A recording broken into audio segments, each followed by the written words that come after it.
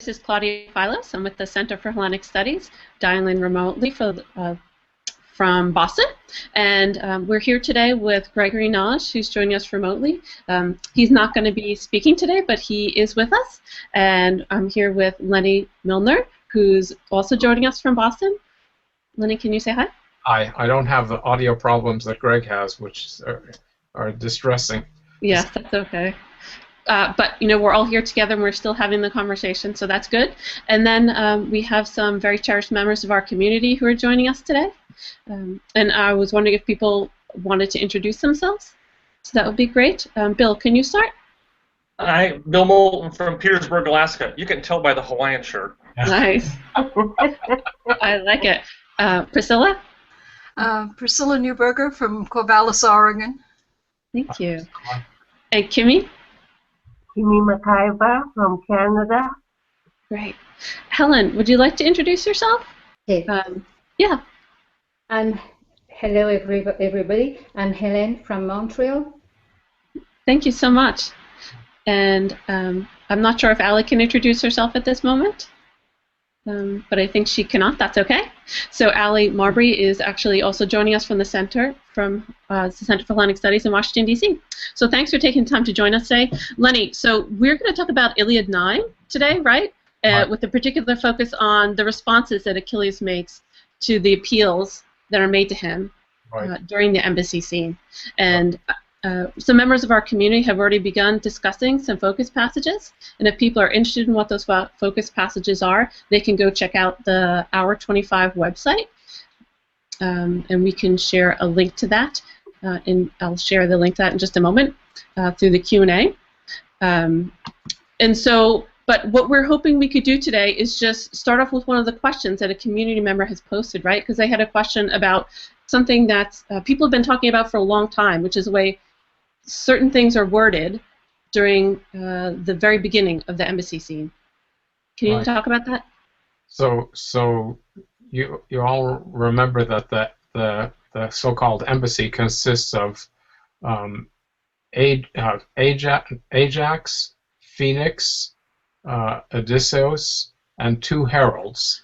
Okay, and when they come to Achilles, remember at this moment when they arrive, Achilles and Patroclus are Achilles is playing the lyre and Patroclus is sitting across from him in a way that Greg has argued implies that when Achilles is finished, Patroclus will start singing. Okay, they're exchanging.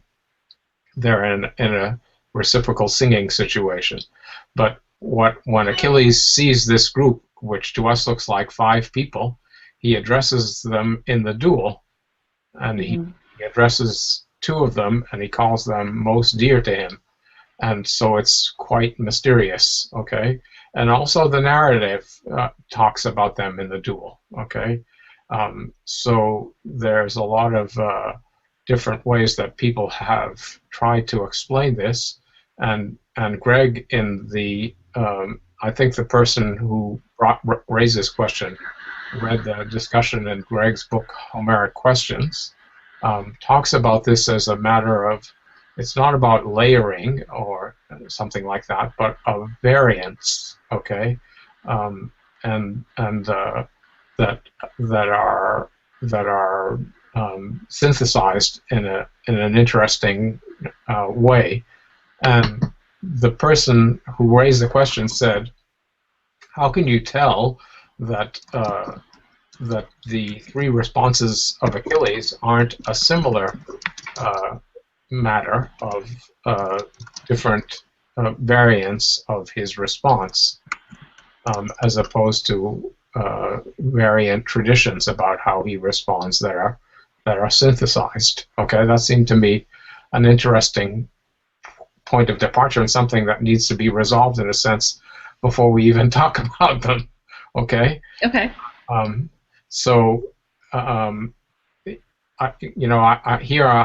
was hoping that Greg could say something at this point, because he's the one who understands and has articulated so well this explanation of the way the duels work, and I don't want to go into it. I think it's worth reading. there's also a version of it in the Best of the Achaeans as well, where the discussion is more developed. But I think what to my mind is different about these two situations is that in the case of the duels, okay, what you seem to have is variants that are not easily synthesized in terms of what's going on, and where you have traditions that are not harmonious in a simple way.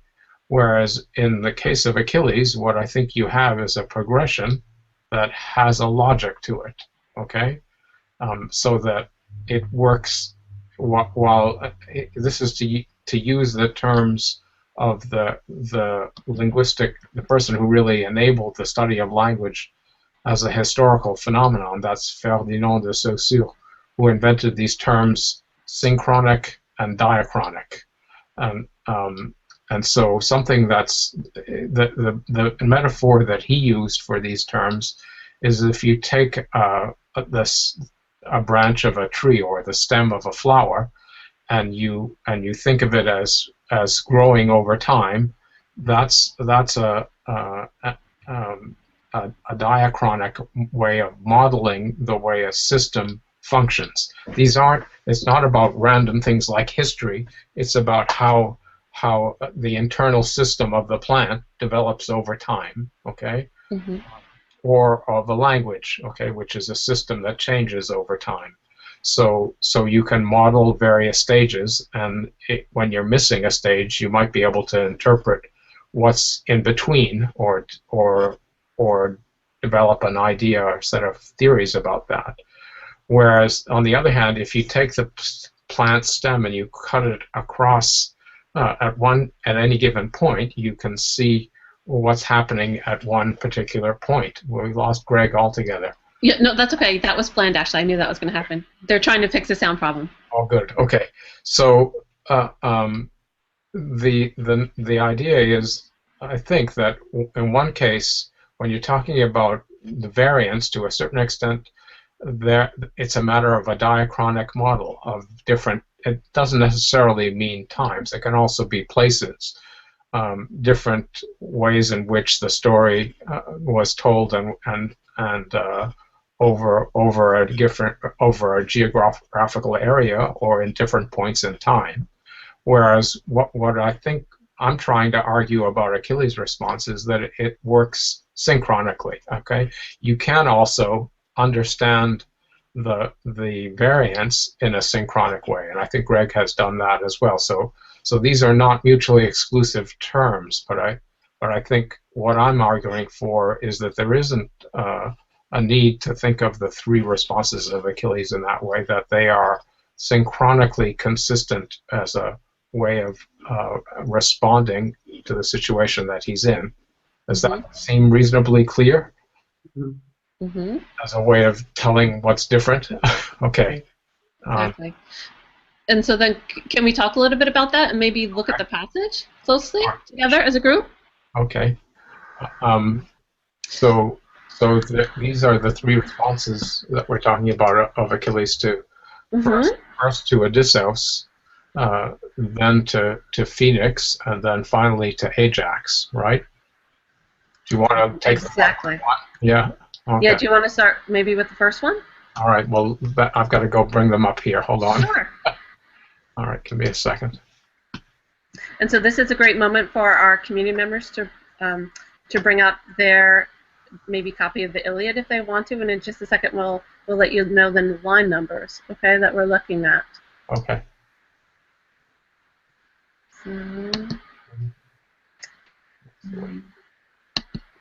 And so I think the first passage actually that we're looking at is right around 356 to 363.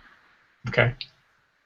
And if anyone actually here in the room in Hollywood Squares would like to read any of that, I think that'd be wonderful. Oh yeah, that would be great. Don't you think? I can do it. Great, Bill. Thanks so much. So long as I fought the Achaeans, Hector did not let the battle range far from the city walls. He would come to the Scaean gates and to the oak tree, but no further. Once he stayed to meet me, and hardly did he escape my onset. Now, however, since I am in no mood to fight him, he will tomorrow offer sacrifice to Zeus, or rather, I will tomorrow offer sacrifice to Zeus and to all the gods. I will draw my ships into the water, and then something duly, tomorrow morning I will, if you care to look, you will see my ships on the Hellespont and my men rowing out to sea with might and main. If Poseidon, the shaker of the earth, grants me a fair passage, in 3 days I will be to generous Pythia. So that's one response, right? Out of there. Yep. Yeah, I'm leaving, right? And that's in response to Odysseus, right? Yes, exactly. To the speech of Odysseus, who I think you know, one of the things that there is an important part of what I have to say there that's not in the that I left out on purpose from the talk. Okay. Someone, I hoped someone would ask us a question, and somebody did. Okay, but I think it's very important that who these people are, obviously, and that Odysseus is in a let's say an antagonistic or a complementary relationship to Achilles, right? These are two characters who are distinguished significantly in the epic tradition, and each is the hero of his epic, right? So we all, I think you've all been exposed to a set of ideas about the relationship between the poems and how they don't overlap, okay? Although there seems to be mutual awareness. I'm having trouble finding this thing. Hold on. Oh, no, I'll give it to you. So, and in fact, actually, Kimmy actually asked a question about this relationship. Okay, yep. So, if you, maybe Kimmy, Kimmy, if you want to ask your question, and I'll just make sure you get what you need, Lenny. Okay. Oh, okay. Well, my question was kind of dating back to previous session with Dr. Frame, too. And I asked, why did Nestor pick Odysseus, whom everybody knew were in an antagonistic competitive situation, and Achilles does not trust Odysseus. So why did he pick him as, non-total failure? That was my question. I think it's a very good point, and one that I think Greg has developed in a lot of ways too. But the idea is the relationship, the response of Achilles is predictable, okay? But I think if you look at the way Odysseus' speech is introduced, okay, in the narrative, the narrator tells us that Ajax nodded to Phoenix, okay, and then Odysseus spoke. One would think that if he nodded to Phoenix, the plan was for Phoenix to do the talking, right? And that he would be the person to start out, okay? But instead, what happens is that Odysseus inserts himself into the situation, and with a disastrous result, okay? That's at least one way of understanding how this plays itself out. So I think I'd agree with you. And it may not have been the original plan of Nestor for Odysseus to do the talking, but he's certainly part. And I think again, he's part of the narrative tradition as being there. And we also have the vase painting traditions that have different casts of characters who are present at this event. Okay, so that's just so you know that the tradition that we see in the Iliad isn't the only one. Okay, there are others that feature Diomedes, for example, and we don't see vase paintings that have the crew of people that are in the Iliad until 4th century Italian vases that representing what looks like our version of the text of the Iliad. So there's a lot of fluidity in the personnel, okay, as part of the way the narrative tradition might be functioning. Okay, so over time things change, and what our Iliad does is to represent, well, maybe sometimes different versions at the same time, and also a version that's popular or that gets canonized or decided as being the standard one at a certain time. Okay. All right. So I think I've finally found these passages. Okay, and you sent them to me too. Yeah. All right. Okay, Claudia. So are we? Should we go to the next one, or did you want to say something else? No, I mean, I think it is important that you have a kind of, from my demonstration, that there's a kind of there's a fundamental, let's call it on-off kind of relationship between Achilles and Odysseus, and the response that he gets, that Odysseus gets to his speech from Achilles is a total rejection of it, right? Okay, so so these things are consistent with each other, and it validates what Kimi is telling us, okay, about the way these things work. All right. So, Perfect. all right. So, what about? Do you want to go on to the second one? Sure. Yeah. Number 2. Bill, do you want to do the reading or someone else?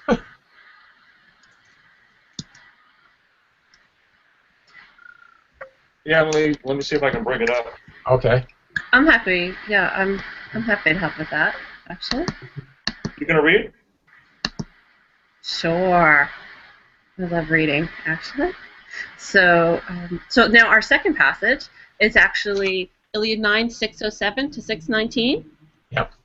Phoenix, old friend and father, I have no need of such honor. I have honor, Time, from Zeus himself, which will abide with me at my ships while I have breath in my body and my limbs are strong. I say further and lay my saying to your heart. Vex me no more with this weeping and lamentation. All for the gratification or chorus of the great son of Atreus. Love him so well, you may lose the love I bear you. You ought to help me rather in troubling those that trouble me. Be king as much as I am, and share like honor or time with myself. The others shall take my answer. Stay here yourself and sleep comfortably in your bed. At daybreak we will consider whether to remain or go. Right. So you know, I think there's something familiar about both of these passages. You may remember that in the quarrel in the first book of the Iliad, one of Achilles' responses, for example, to Agamemnon was that he was going home, okay? And it didn't happen, right? So you know, in a certain sense, you've been set up for the fact that Achilles is not necessarily a person who takes an opinion and sticks with it. He responds to the people around him and changes his mind, okay? And in this case, he's made a baby step forward. In other words, in response to what I think you see clearly articulated here, that is the appeals to friendship, he appeals to Phoenix's friendship, okay? And to the fact that he feels betrayed in his philotes, right? In his friendship by Phoenix's behavior, and he wants him to be with him and share his time with him and so forth. And that's why he asks him to stay there. And on that basis, he responds and says, well, think about it and decide whether to go home tomorrow morning, right? So what I think you see is that what the implication is that Odysseus is not among those who are near and dear to him, okay? And when Achilles greets the embassy, he talks about the two people who are nearest and dearest to him, okay, among the Achaeans, and I think it should be clear to us that those two people are not Odysseus and someone, but Ajax and Phoenix, from who both appeal to their friendship to Achilles, and he responds. My notion is that he gets a negative response, and it's really one on which we've seen Achilles not act, but it is a totally negative response. So I think of that as the starting point or the zero level of response from Achilles, whereas here I think he makes a step forward towards some other solution, right? He hasn't committed himself to going or to staying, but he's at an intermediate place, right? So it's where it looks like either in the morning or maybe what turns out to be later in this sequence, there's a second there's another response that's developing in his consciousness, right? Mm-hmm. So it's a matter of a person thinking through a situation and trying to understand what's the best way for him, given his understandings and emotions, and his role in the story. What is the best thing for him to do? Okay. So that's why I think of this as really an evolutionary step in which he's backed off of the first idea of not going home, but now he's saying, well, we'll decide, right? He hasn't ruled out the first one, but he hasn't ruled in any second one either. That, I think, is part of the way the logic works. It's a very gradual step, okay? So there's one and then there's two. But can we just talk a little bit about this passage? I mean, do people have questions about what's going on here at all? Yeah. Or does anybody want to ask or raise a point about it? Yeah. Well, I was just going to follow up on Kimmy's question. Maybe Nestor picked the group he picked thinking that Odysseus would be the way Odysseus is. Mm-hmm. And once Achilles gets all pissed off, then after that, everybody else is going to appear saintly and friendly and real good. Mm-hmm. Rather than send his friends whining to him, send the enemy to get that all out of the system. I've been reading Pindar lately, and Pindar's into that kind of thing. Well, no, I think it's a possible strategy, and if you think of it that way, it works. Okay, that is that he vents, right, in the terms that we would use, right. I think it's important and something that gets obscured a lot, and then that there is an evolution in the way Achilles responds, and part of the problem is what happens at the end, okay, of book 9, okay, which is when just so we introduce this problem. You remember that at the end of book 9, when Odysseus and the whole group returns to Agamemnon, and they report to Agamemnon what happened. Odysseus is the only one who speaks, and he says he turned us down completely, right? Mm-hmm. And we're not going to get anything from him, right? So he ignores both Phoenix's and Ajax's speech and Achilles' responses to them, right? I mean, so do you feel like that's part of the problem with the typical response that most readers have to the embassy scene, to the reaction? So I think what happens is that people for whatever reasons in the way they respond to Achilles, they don't see the logic of his thinking. Okay, let's call it logic, because I think there is a kind of logic to it. And then when Odysseus responds, that's something very clear, right? No, the guy said no, okay, and it's a simple answer. It's a yes/no answer. Whereas what Achilles actually did is something more complicated, okay? And I think as readers, a lot of my students have a hard time with Achilles as a person and don't see these important. They tend to think of him as an angry person who's unreasonable and offensive, okay? Whereas in fact, he is an angry person, but he's also a person who listens and responds, okay? Especially, in this case, especially to what his philoi, the people who are near and dear to him, have to say, okay? Yeah. Actually, Lenny, can I follow up on that? Because we have a question in the Q&A. So, okay.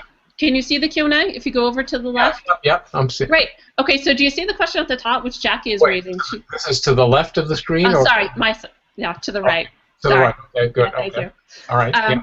So Jackie's actually asking us to think about that word that's used in the Iliad for Achilles' anger, right, which is menace. Right. And that's a word you've thought a lot about. And so you're bringing up some really important distinctions, I think, right now, which is that, okay, Achilles is angry, right? But there are other things involved other than just a personal feeling of anger, right? Can you talk very briefly about that and maybe the relationship between anger and friendship?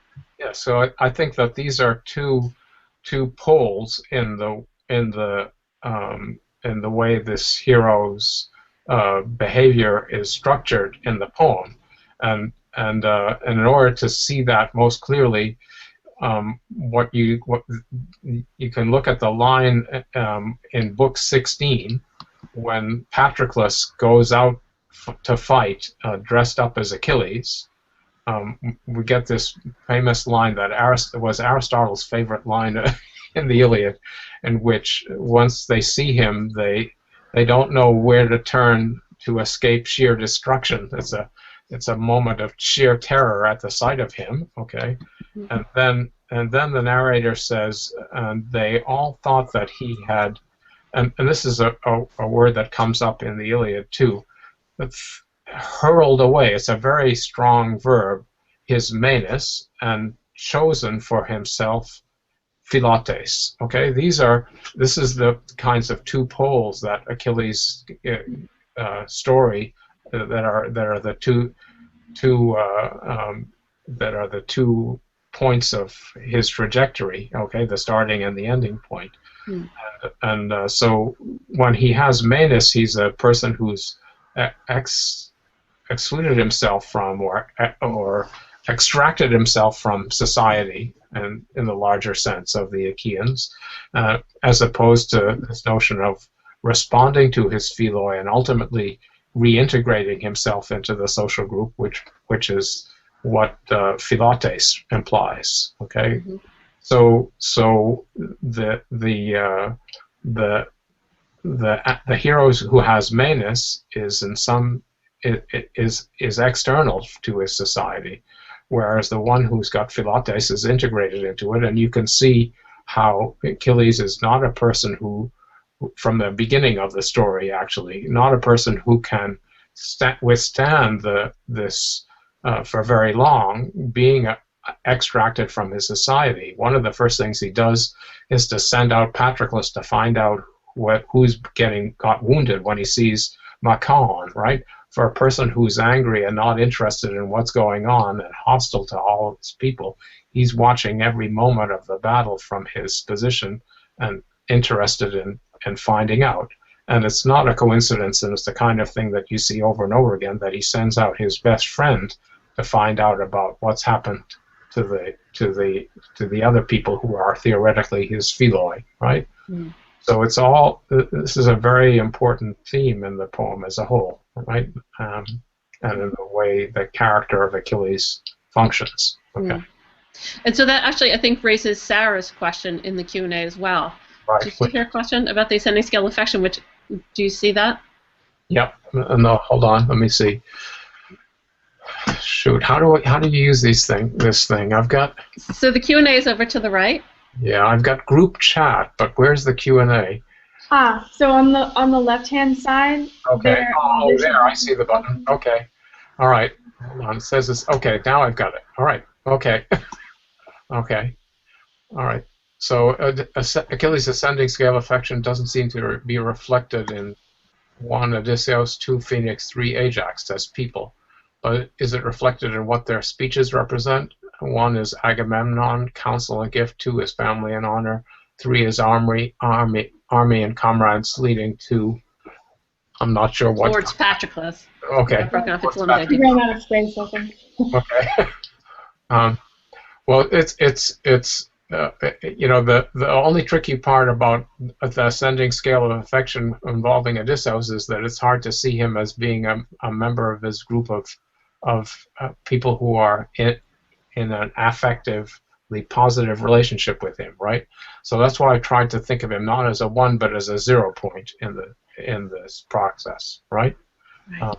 That's I think it's important, and I think that it's really important that at the same time as you have a 0 and a 1 and a 2, this is about 3 stages of thinking, okay, and 3 responses. So as opposed to what I think, well, just here, should we move on to the third one, and then I can kind of fill in the blank here about what goes on with Odysseus? Yeah, I think that's great. And I've actually just sent Bill a chat message to see if he would like to read the next passage. Okay. Sure. We ready for Ajax? Is that where you want to go? Yep. Yeah. Okay, so this is 622. Then Ajax stood up among them, the godlike son of Telamon, and says, Odysseus, descended from the gods, noble son of Laertes, let's just go. For I see there is no fulfillment that will come from what we say. No, on this expedition there is no action resulting from words. We must go and tell the news as soon as possible to the Danaans, even though what we say will not be good for those who are waiting to receive it. As for Achilles, a savage feeling does he have embedded in his chest, which holds within that great heart of his. What a wretched man he is. He cares nothing for the love of his comrades. With that love we honored him more than all the others over here by the ships. He is pitiless. If a man's brother or son had been killed, that man will accept a blood price as compensation for the one who was killed, and the one who caused the death, having paid a vast sum, can remain in the locale. While the other one's heart and manly feelings are checked now that he has accepted the blood price. But for you, that's Achilles, a bad and relentless feeling have the gods put in your chest, and this all because of just one girl, just one, whereas we now offer you the 7 best we have and much else to the bargain. Be then of a more gracious mind. Respect the hospitality of your own roof. We are with you as messengers from the army of the Danaans, and would be here nearest and dearest to yourself of the Achaeans.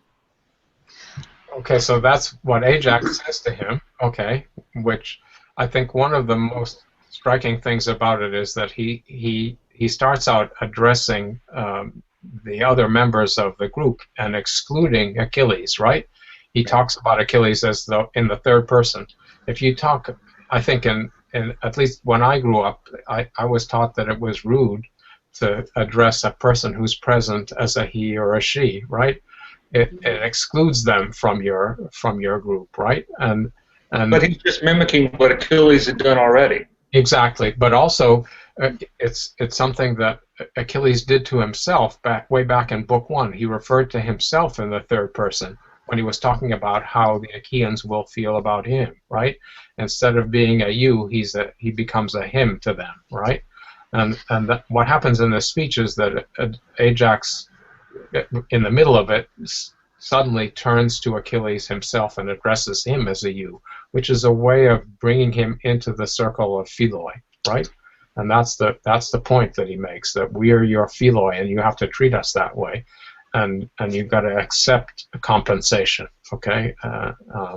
In the way that and there's that famous passage which I bet you all thought about too, in terms of what goes on in the Achilles' shield as well, about the payment of poiné, right, of blood money for a dead relative, right, and Achilles. So in this one, Achilles responds to. So Bill, can you read us the response?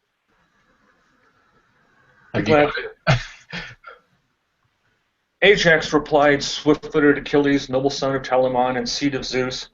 You have spoken much to my liking, but my blood boils when I think it all over. Remember how the son of Atreus treated me with something, as though I were some vile tramp, and that too in the presence of the Argives. Go then and deliver my message. Say that I will have no concern with fighting until Hector, the radiant son of noble Priam, reaches the tents of my people in the murderous course and flings fire upon their ships. For all this lust of battle, I take it he will be held in check when he is at my own tent and ship. Right.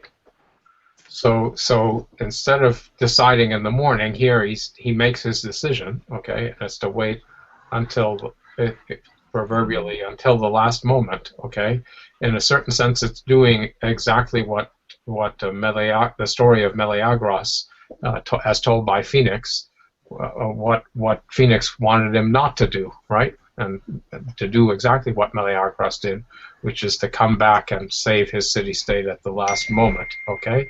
So here we are, okay? The question then becomes, why does Odysseus then ignore this response, which is an achievement, I think, which it's certainly not the best thing for them, but it says he will return, but he's putting the screws on them in a certain way, right? In a way, I'm not advocating this as I'm not passing judgment on what he does, but the question is, how come Odysseus reports that he utterly refused them and glosses over completely this way of what Achilles does? And here's my answer, and I don't know whether this works for you or not, but I wanted to try it out on you. What happens with Odysseus and Achilles is that their relationship is, let's call it a two-person relationship. It's about a binary thing. It's about people who are opposed one to the other, okay? And just as when Odysseus speaks, Achilles makes a very negative response, okay? What Odysseus gets from Achilles' response is only the negative response to himself. In other words, he's only understanding, perceiving, and thinking, and I think this happens to our students too, in terms of a yes-no situation. And what Achilles actually does is not give you a yes or no, give the embassy a yes or no answer, right? He gives an evolutionary answer that's more complex and more interesting in many ways, and which has to do with the model of the story of Meleagros as well, okay?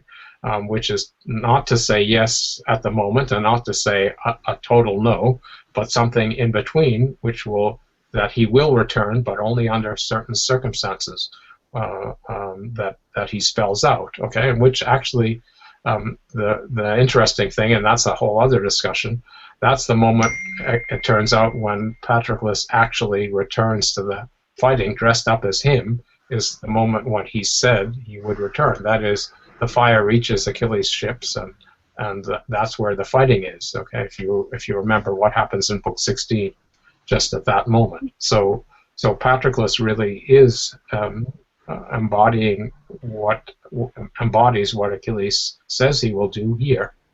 Okay. Hey, Lenny, I think you're right about Odysseus. That's such a human response to, you asked a question and you didn't get the answer you wanted, so then the answer was no. You just turn everything else off when you didn't get what you wanted. Exactly. Yep.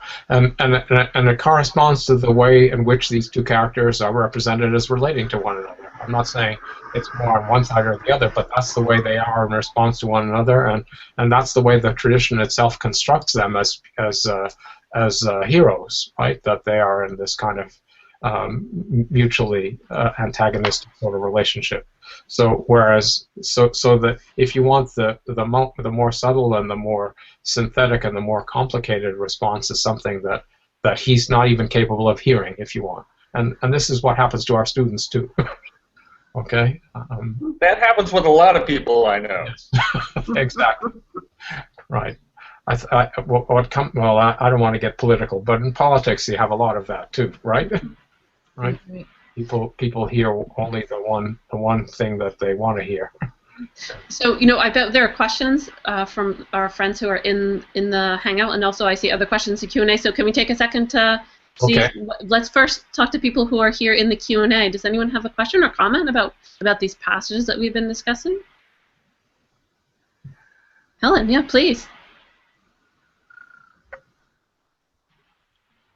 Okay, I just wanted to know about teammate, because Achilles uses the term teammate several times. Right. And then I was wondering if Achilles' calm responses and his uses of teammate show that he knows that it is not his time to enter the battle right now.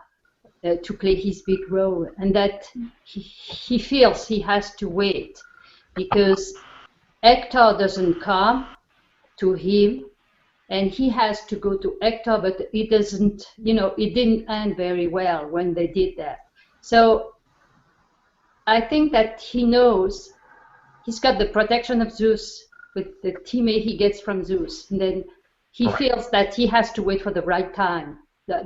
I was just wondering with this passage. Right. I mean, I think when you see this, especially in his response to Phoenix, okay, because this is what Phoenix says to him. This is another example of something that happens when people read these passages. When what Phoenix says to him is that he'll have less time if he waits than if he returns to the battle now. right? And my students for the past 40 years understand that passage as saying he will have no time. Okay, but just so you know, it's an example of the same kind of thing. So what he's arguing about is that Achilles should be interested in the time, and that he tries to use that as the persuasive element, right? Where that he'll have more if he responds earlier and less if he responds later, right? Because that's also what his story shows, right? That Meleagros doesn't he doesn't get the prizes, but he sure becomes the hero who saves his city-state. Okay, so what Achilles does is to adopt the negative model. Okay, and that's what his final response to Ajax is. The negative model from Phoenix's point of view, and I think it is important that what it involves is a rejection of the idea that time is important to him, and that prizes are important and stuff. Okay, in the sense that by waiting until the last minute, he will not get those things. It turns out that he does. Okay, and the story conveys all of those material goods and the women and everything else.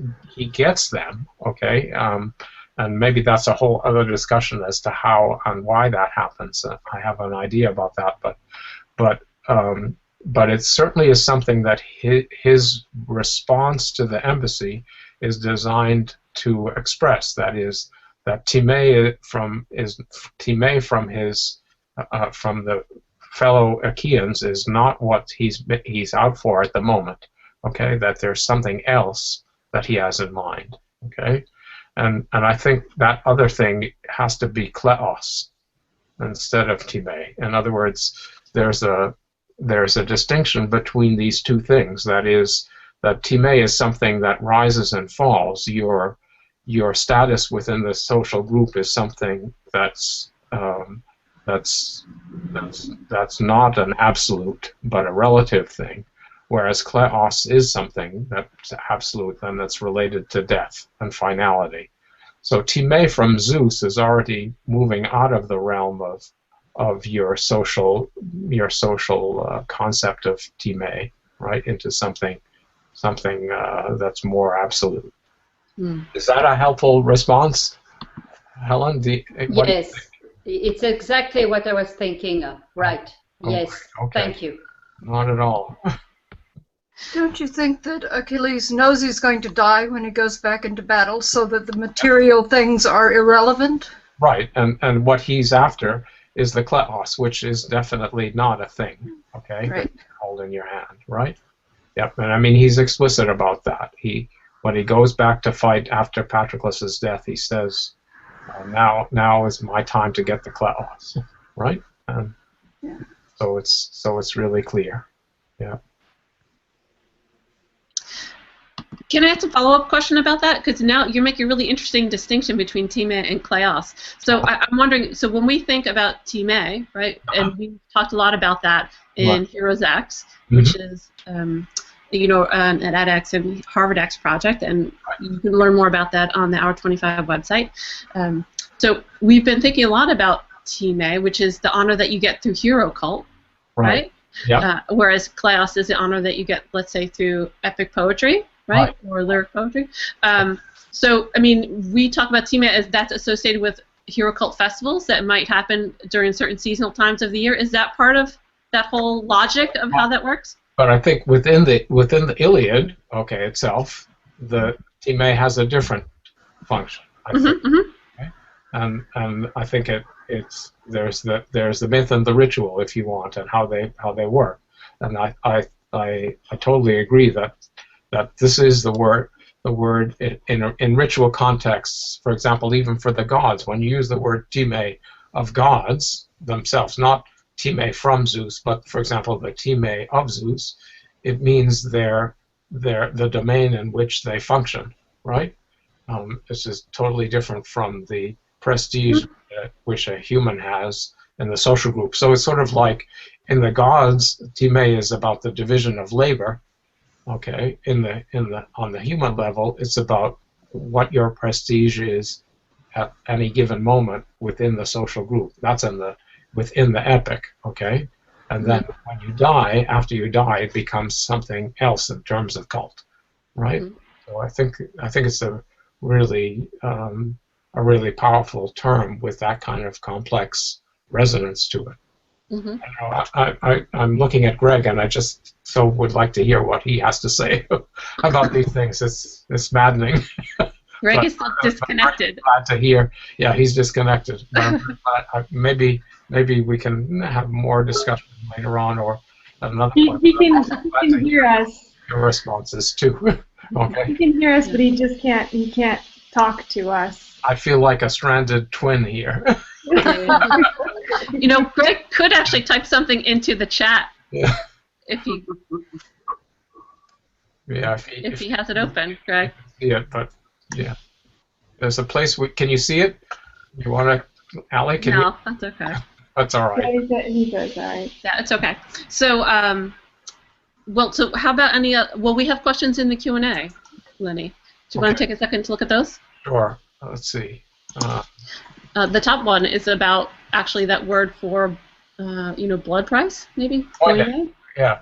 So I've been having some discussions with Jessica, and I wasn't able to respond to her last question, but there's poine. There's an interesting morphological distinction between poine and apoina. Poine is a feminine gender noun that's singular, whereas apoina is a neuter plural noun. Okay, and apoina implies in itself stuff. Okay, whereas poine is more of a legal concept. It's a really interesting distinction. But the way in which here's I'm going to read this question. Ajax suggests that poine, blood price or blood money, can compensate for the loss, not the death of Briseis. Okay. Does Ajax? Well, it's about an analogy that he makes. Okay, I think it's important to see that when Ajax brings up blood money, he says when someone has died, you accept poine compensation as an idea, and they can become socially integrated. Okay, and that's for the total and the absolute loss of someone. And then he contrasts it with a situation that Achilles is in, which is he's going to get back the girl and a lot of other stuff as apoina. Okay, that we know that's the term that Agamemnon used for it. Okay, but and this parallel between Achilles' rejection of the apoina and poine is something that you see again in the Shield of Achilles, in the legal scene of the Shield of Achilles, where I think the person actually rejects the idea of accepting compensation, right? And they're Greg's written wonderful things about this. I wrote something earlier on about it, and that's one aspect of it, because there are a lot of resonances in that scene. But I think it's the notion there is that what he's trying to say is that your family, your philoi, okay, and philoi, I think when we here's a case where it's really important to use the Greek word, because, for example, philoi, if we say friends, okay, we make a distinction between friends and relatives, but in epic diction, philoi, it means your blood relatives and your friends, okay, from our point of view, right? It's an encompassing term. So when Achilles, when Ajax says we're your philoi, and he's drawing an important analogy that you all understand really well from thinking about the ascending scale of affection, okay, between himself and the members of Achilles' family, and who's most important and who's less, okay. But also, it's the notion that the analogy between the payment of blood money and this situation is one that enforces the idea that here the girl is just a girl, he says. Okay, it's not even a member of your family. It's not even the person who has the highest level of affection, right? Mm-hmm. And that way it sort of has an interesting response or an interesting relationship to the story of Meleagros, where the most important person, clearly the highest level of affection, is his wife, right, Cleopatra, whose name corresponds to Patroclus, right? So there are these very interesting reverberations, if you want, between that analogy and the situation at the moment, and also the situation as it evolves in the story of the Iliad, right? That's not a simple answer, but I hope it's interesting. Yeah. Okay. Do we have 1 second, Lenny? You know, Georgios has posted a question that also talks about Odysseus and Achilles. Okay. I know we just basically we're finishing up right now, so if we could just address that super quickly. Okay. Could we state that Odysseus, who was the one who discovered Achilles hiding on Skyros and brought him to the Trojan War, isn't the most appropriate person to try bringing him again in battle? Or does this fact make the connection between them stronger? I think, yeah, we've talked about this, and I like the point that Bill made. If we think of Nestor plotting out this embassy, and we don't think of Odysseus as intervening in an unexpected way, then Odysseus is a plant to bring out the negative side of Achilles' response and to make him therefore accessible to the more positive responses of the people who are more have an affective a relationship of philates, of friendship to him, who follow. But one way or the other, I think it's important to understand that Odysseus is not Achilles' philos, okay, in the way this scene plays itself out, and he gets a negative reaction that their interrelationship, and I don't think it's Odysseus, it's himself, it's about the way the two of them are constructed as interacting, okay. That's the way that was bound to happen, right, if you want. Yeah. Okay, well, it's 12:01. I just want to thank everybody, Lenny and Greg, and I just want to say I'm sorry. I actually was the one who led Greg astray and said we could get him in via phone, because in the past I had done that. So I'm sorry I led you astray on that front, Greg. But we appreciate your steadfast effort to be here with us and to listen and to respond as you have been with the community for these many, many weeks. So appreciated. Yes. And thank you to all the members of our community who joined us today, especially Helen, who joined us here in Hollywood Squares for the first time. It was so lovely to have you, and Laura Ford, who also joined us today a little bit late, so didn't get to introduce herself. And thanks to Allie, of course, on the back end, to Noel, who was sharing comments, to everyone who posted their questions. We're so appreciative of your time in the middle of the day, and we look forward to more conversations. Thanks so much. Thank you all. Thank you. Thank you. Thank you. Bye. Thank you.